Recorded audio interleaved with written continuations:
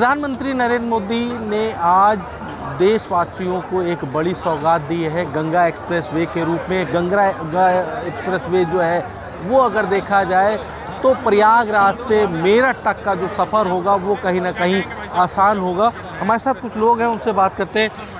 Ganga expressway शुरू हुआ है, कितना फ़ायदेमंद होगा? इससे बहुत फ़ायदेमंद है। जैसे हम लोग शाहजहाँपुर से आए हुए हैं, शाहजहाँपुर से हम लोग प्रयाग जाना है तो कुछ ही चंद घंटों में हम प्रयाग पहुंच जाएंगे, जिसके लिए हमें पहले 8-10 घंटे लगते थे, हम 4 घंटे में प्रयाग पहुंच जाएंगे, 3 घंटे में प्रयाग पहुंच जाएंगे। मेरठ जाना है, दिल्ली जाना है, तो इससे हमारे बहुत मूलभूत और किसान आदमी के लिए जहाँ पे अपने आने जाने के लिए बहुत सुविधाएं मिली हैं और हमारे इससे बहुत बड़ा विकास होगा। औद्योगिक घराना भी हमारे जलालाबाद में लग रहा है, उससे काफ़ी लोगों को रोजगार मिलेगा और बहुत तरक्की करेगा, देश आगे बढ़ेगा। बिल्कुल, इस गंगा एक्सप्रेसवे से कहीं ना कहीं लोगों को काफ़ी राहत मिलेगी और रोज़गार के भी अवसर खुलेंगे। आप कैसे देखते हैं? क्योंकि अगर रोज़गार के उससे देखा जाए तो 12 ज़िले हैं जिनको गंगा एक्सप्रेसवे जोड़ रहा है। रोजगार के अवसर इस सरकार में सृजन तो हुए ही हैं, लेकिन गंगा एक्सप्रेस बनने के बाद जो 12 ज़िले के जो प्रवासी मजदूर हैं जो गुड़गांव, दिल्ली और बाहर के प्रदेशों में जाते थे, वो सारे वापस अपने यूपी में आएंगे, इन 12 ज़िलों में आएंगे और यहाँ पर बहुत सारी फैक्ट्रियाँ, बहुत सारे रोज़गार नए लगेंगे, जिससे रोज़गार जो है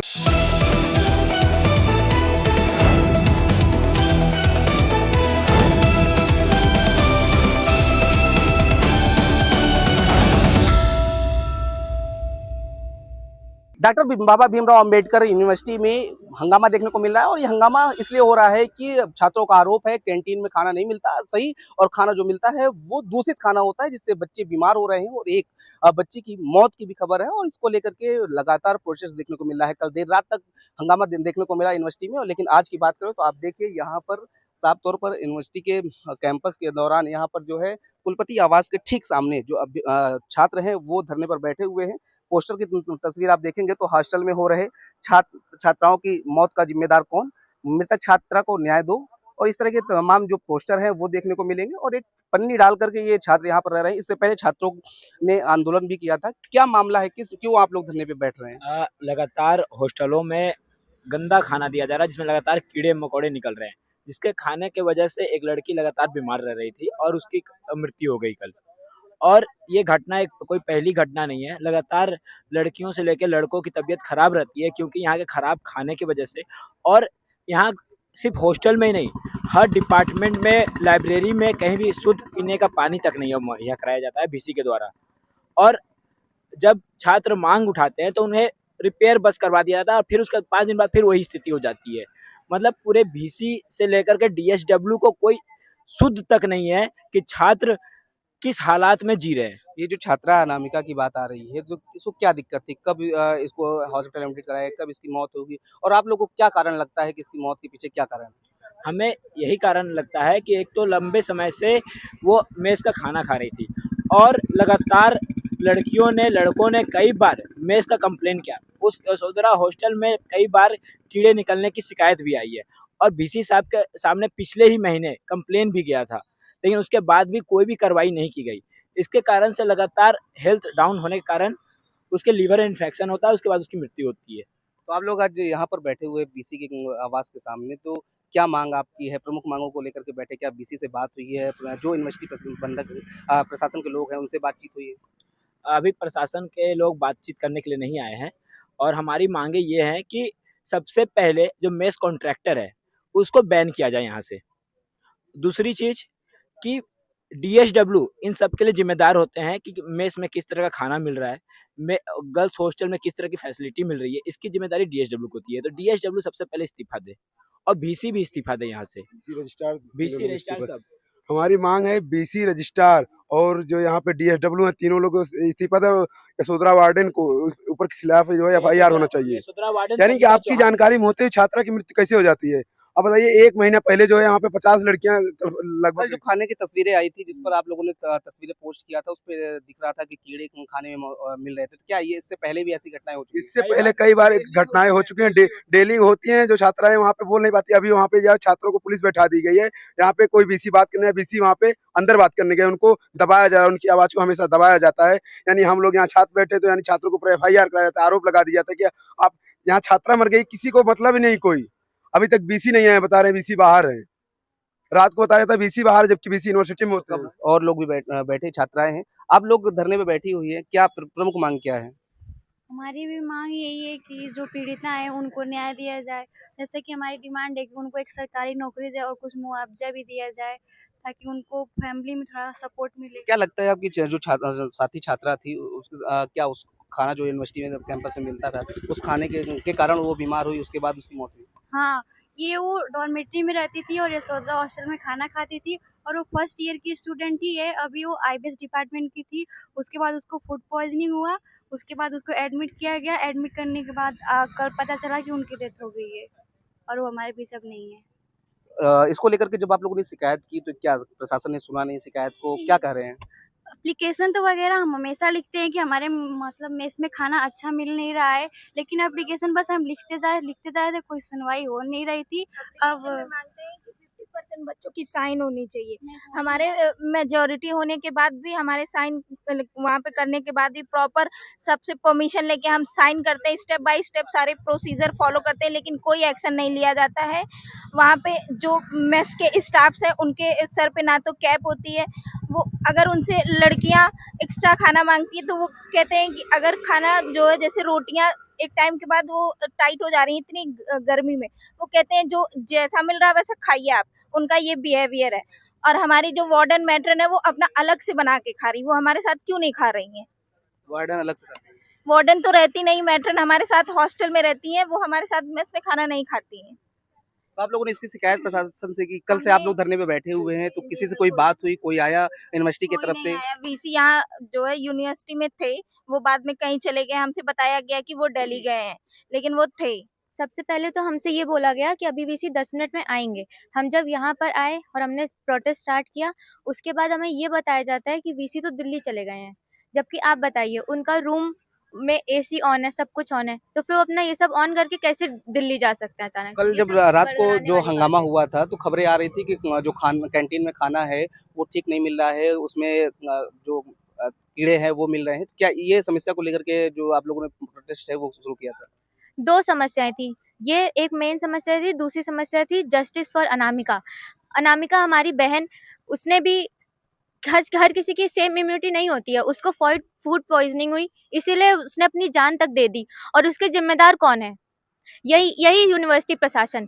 क्योंकि इन हमारे इतने गुहार लगाने के बाद भी इनसे एक मेस स्टैंडर्ड तक नहीं चेंज हो पा रहा है, हाइजीन का ध्यान तक नहीं रखा जा पा रहा है।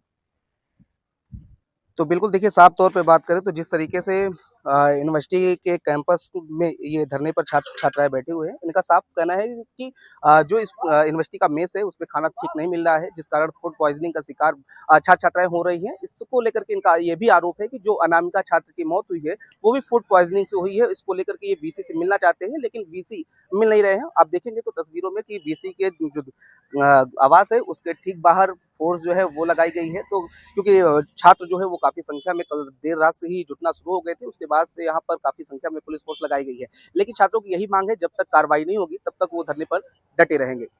वीडियो जर्नलिस्ट मिराज के साथ अमित सिरा, prime news, Lucknow. Smart meter को लेकर लगातार जनता मीटर उखाड़ने में लगी हुई है और पब्लिक के पत्रकार होने के नाते हम पब्लिक की समस्याओं को सुनने के लिए उनके पास आए हैं। हमारे साथ बहुत सारी यहाँ महिलाएं बैठी हुई हैं, क्या इनकी पीड़ा है उसको जानने के लिए हम इनसे बात करते हैं। माता जी, क्या नाम है आपका? मेरा बिमला सैनी, पुरानी मोहनपुरी, गैस गोदाम। क्या परेशानियां आ रही हैं स्मार्ट मीटर? भैया स्मार्ट मीटर में इतना बिल आ रहा है, अगर बिल में पैसे भी होंगे ना जब बिल काटते हैं। प्रीपेड मीटर लगा रखे हैं? कौन से नहीं, रिचार्ज वाले मीटर? रिचार्ज वाले लगा कर स्मार्ट मीटर।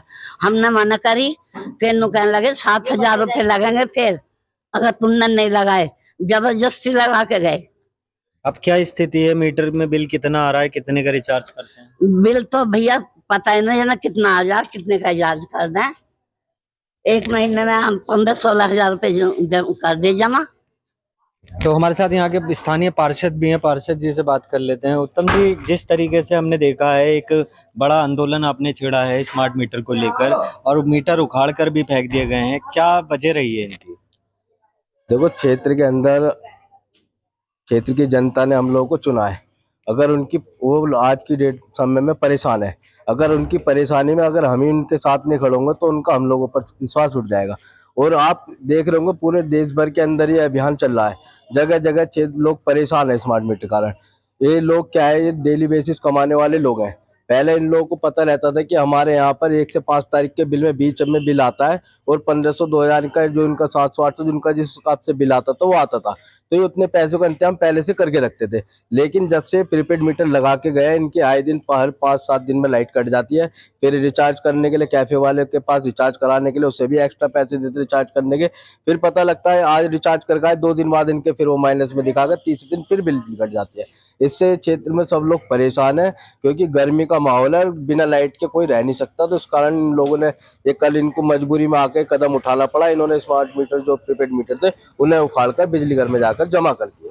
मैं आपसे भी बात करता हूँ, कुछ और महिलाएं हमारे साथ खड़ी हुई हैं।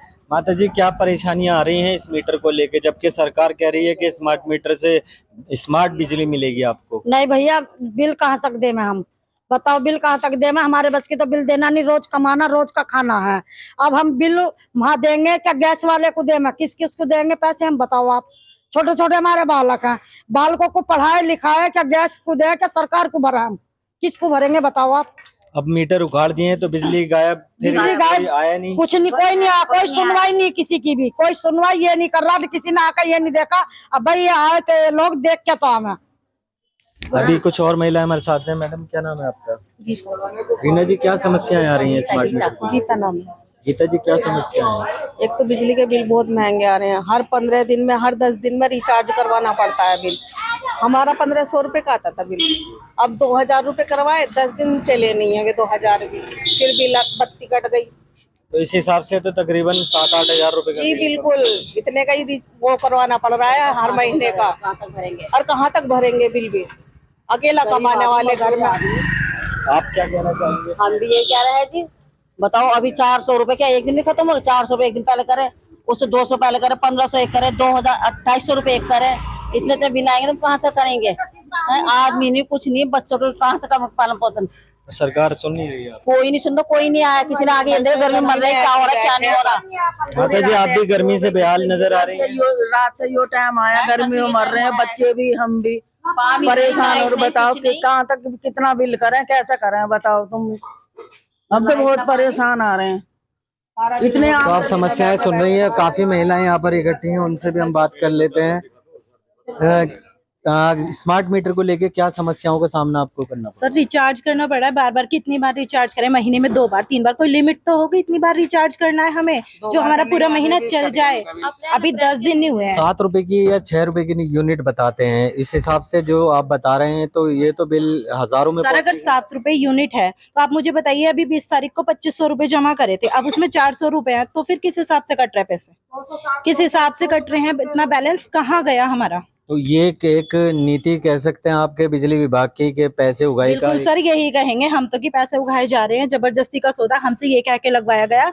अगर आप बाद में लगवाओगे तो 7000 रुपए देकर आपको दोबारा पोस्ट पेड लगवाना पड़ेगा मीटर, वरना तो प्रीपेड कंपलसरी है, सभी को लगवाने हैं। तो डिजिटल उगाई में लग गई है? हाँ जी।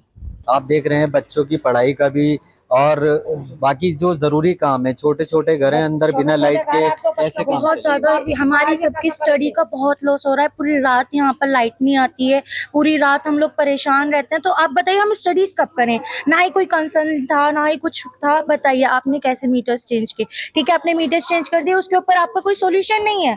आप कम से कम हमें सोल्यूशन तो दें। अगर हमारी प्रॉब्लम्स हैं तो आप उसको सॉल्व ही नहीं कर रहे हैं, कम से कम आप उसको सॉल्व तो करें। अच्छा, आप 10-10 दिन तक लाइट भगा देंगे तो बताइए हमारी स्टडीज कब होंगी? हम कब कॉलेज जाएंगे? कब हम टाइम से कुछ भी काम हम टाइम से कब करेंगे? स्मार्ट मीटर उतार के फेंक दिए गए हैं, इसके बावजूद भी कोई निर्णय अभी तक ठोस कदम नहीं उठा पाए हैं। तो मेरा तो ये है कि कम से कम इस क्षेत्र की जनता को इनका स्मार्ट मीटर उतारे हैं, इनकी समस्या का समाधान जल्दी से जल्दी हो, क्योंकि पानी की समस्या, बिजली की समस्या, और आज की डेट में मौसम गर्मी का है, बिना पंखों के बिना कूलर के अब कैसे जीवन व्यतीत होगा? बिना उसके तो रह भी नहीं सकते है ना। अब ये इनको कम से कम भी 24 घंटे हो गए, 24 घंटे के अंदर बिजली विभाग वालों ने कोई संज्ञान कोई आके देखा नहीं कि जनता मर रही है जी रही है, ऐसे थोड़ी होता है। तो अभी आपकी क्या मांगे हैं और कहाँ तक जाएंगे आप? हमारी ये मांग है कि जो हमारे मीटर इनके पहले लगे हुए थे वही मीटर लगाएं, ये मीटर स्मार्ट मीटर नहीं चाहिए इनको, क्योंकि इसमें इनका कोई सोल्यूशन नहीं है। बिजली के कुछ लोग हमारे यहाँ के ऐसे हैं जो अनपढ़ हैं, वो स्मार्ट मोबाइल नहीं चला पाते, कीपैड मोबाइल चला रहे हैं, लेकिन वो कैसे देखें बिल कितना है, कितना जमा करना। साइबर कैफे वाले पे जाते हैं, 100-150 वो ले लेता, उसको भी पैसे चाहिए, सरकार को भी पैसे चाहिए। यदि 10 दिन मोबाइल ना देखे तो साला बिजली का बिल कट रहा है। पहले ऐसा होता था कि कम से कम 1 महीने में बिल बनता था, 1 महीने 10 दिन को उसमें जो है हमें जमा करने का वो समय मिलता था, उसमें जमा कर देते सभी लोग अपना व्यवस्था करके। लेकिन अब तो इसको उस समस्या का समाधान ही नहीं है। स्मार्ट मीटर जबरदस्ती थोप दिए गए हैं, जबकि जनता लगवाना नहीं चाहती थी। लेकिन स्मार्ट मीटर के जो दावे थे, जो बड़ी बड़ी प्रेस कॉन्फ्रेंस करके मीडिया के सामने TVBNL के उच्च अधिकारी बयान करते थे, वो धरातल पर कहीं भी नजर नहीं आ रही है। अपने सहयोगी आसिफ के साथ राशिद खान, प्राइम न्यूज़ मेरठ। प्रधानमंत्री नरेंद्र मोदी ने आज देशवासियों को एक बड़ी सौगात दी है गंगा एक्सप्रेसवे के रूप में। गंगा एक्सप्रेसवे जो है वो अगर देखा जाए तो प्रयागराज से मेरठ तक का जो सफ़र होगा वो कहीं ना कहीं आसान होगा। हमारे साथ कुछ लोग हैं, उनसे बात करते हैं। गंगा एक्सप्रेसवे शुरू हुआ है, कितना फ़ायदेमंद होगा? इससे बहुत फ़ायदेमंद है। जैसे हम लोग शाहजहाँपुर से आए हुए हैं, शाहजहाँपुर से हम लोग प्रयाग जाना है, तो कुछ ही चंद घंटों में हम प्रयाग पहुंच जाएंगे, जिसके लिए हमें पहले 8-10 घंटे लगते थे, हम 4 घंटे में पहुंच जाएंगे, 3 घंटे में प्रयाग पहुंच जाएंगे। मेरठ जाना है, दिल्ली जाना है, तो इससे हमारे बहुत मूलभूत और किसान आदमी के लिए जहाँ पे आपने आने जाने के लिए बहुत सुविधाएँ मिली हैं और हमारे इससे बहुत बड़ा विकास होगा। औद्योगिक घराना भी हमारे जलालाबाद में लग रहा है, उससे काफ़ी लोगों को रोज़गार मिलेगा और बहुत तरक्की करेगा, देश आगे बढ़ेगा। बिल्कुल, इस गंगा एक्सप्रेसवे से कहीं ना कहीं लोगों को काफ़ी राहत मिलेगी और रोज़गार के भी अवसर खुलेंगे। आप कैसे देखते हैं? क्योंकि अगर रोज़गार के उससे देखा जाए तो 12 ज़िले हैं जिनको गंगा एक्सप्रेसवे जोड़ रहा है। रोजगार के अवसर इस सरकार में सृजन तो हुए ही हैं, लेकिन गंगा एक्सप्रेस बनने के बाद जो 12 ज़िले के जो प्रवासी मजदूर हैं, जो गुड़गांव, दिल्ली और बाहर के प्रदेशों में जाते थे, वो सारे वापस अपने यूपी में आएंगे, इन 12 ज़िलों में आएंगे और यहाँ पर बहुत सारी फैक्ट्रियाँ, बहुत सारे रोज़गार नए लगेंगे, जिससे रोज़गार जो है यूपी के लोगों को मिलेगा। और यहाँ की जो कनेक्टिविटी है, जो लोगों का समय लगता है, जो सब्जियाँ उगाते हैं, जो फूल उगाते हैं, जैसे हरदोई और लखनऊ में गेंदे का फूल हमारा पूरा भारत में जो फेमस है, उससे कई भारत में बहुत आसानी से बहुत कम समय में हमारे फूल और सब्जियां चले जाएंगे और इससे बहुत सारे लोगों को लाभ होगा और समय की बचत होगी।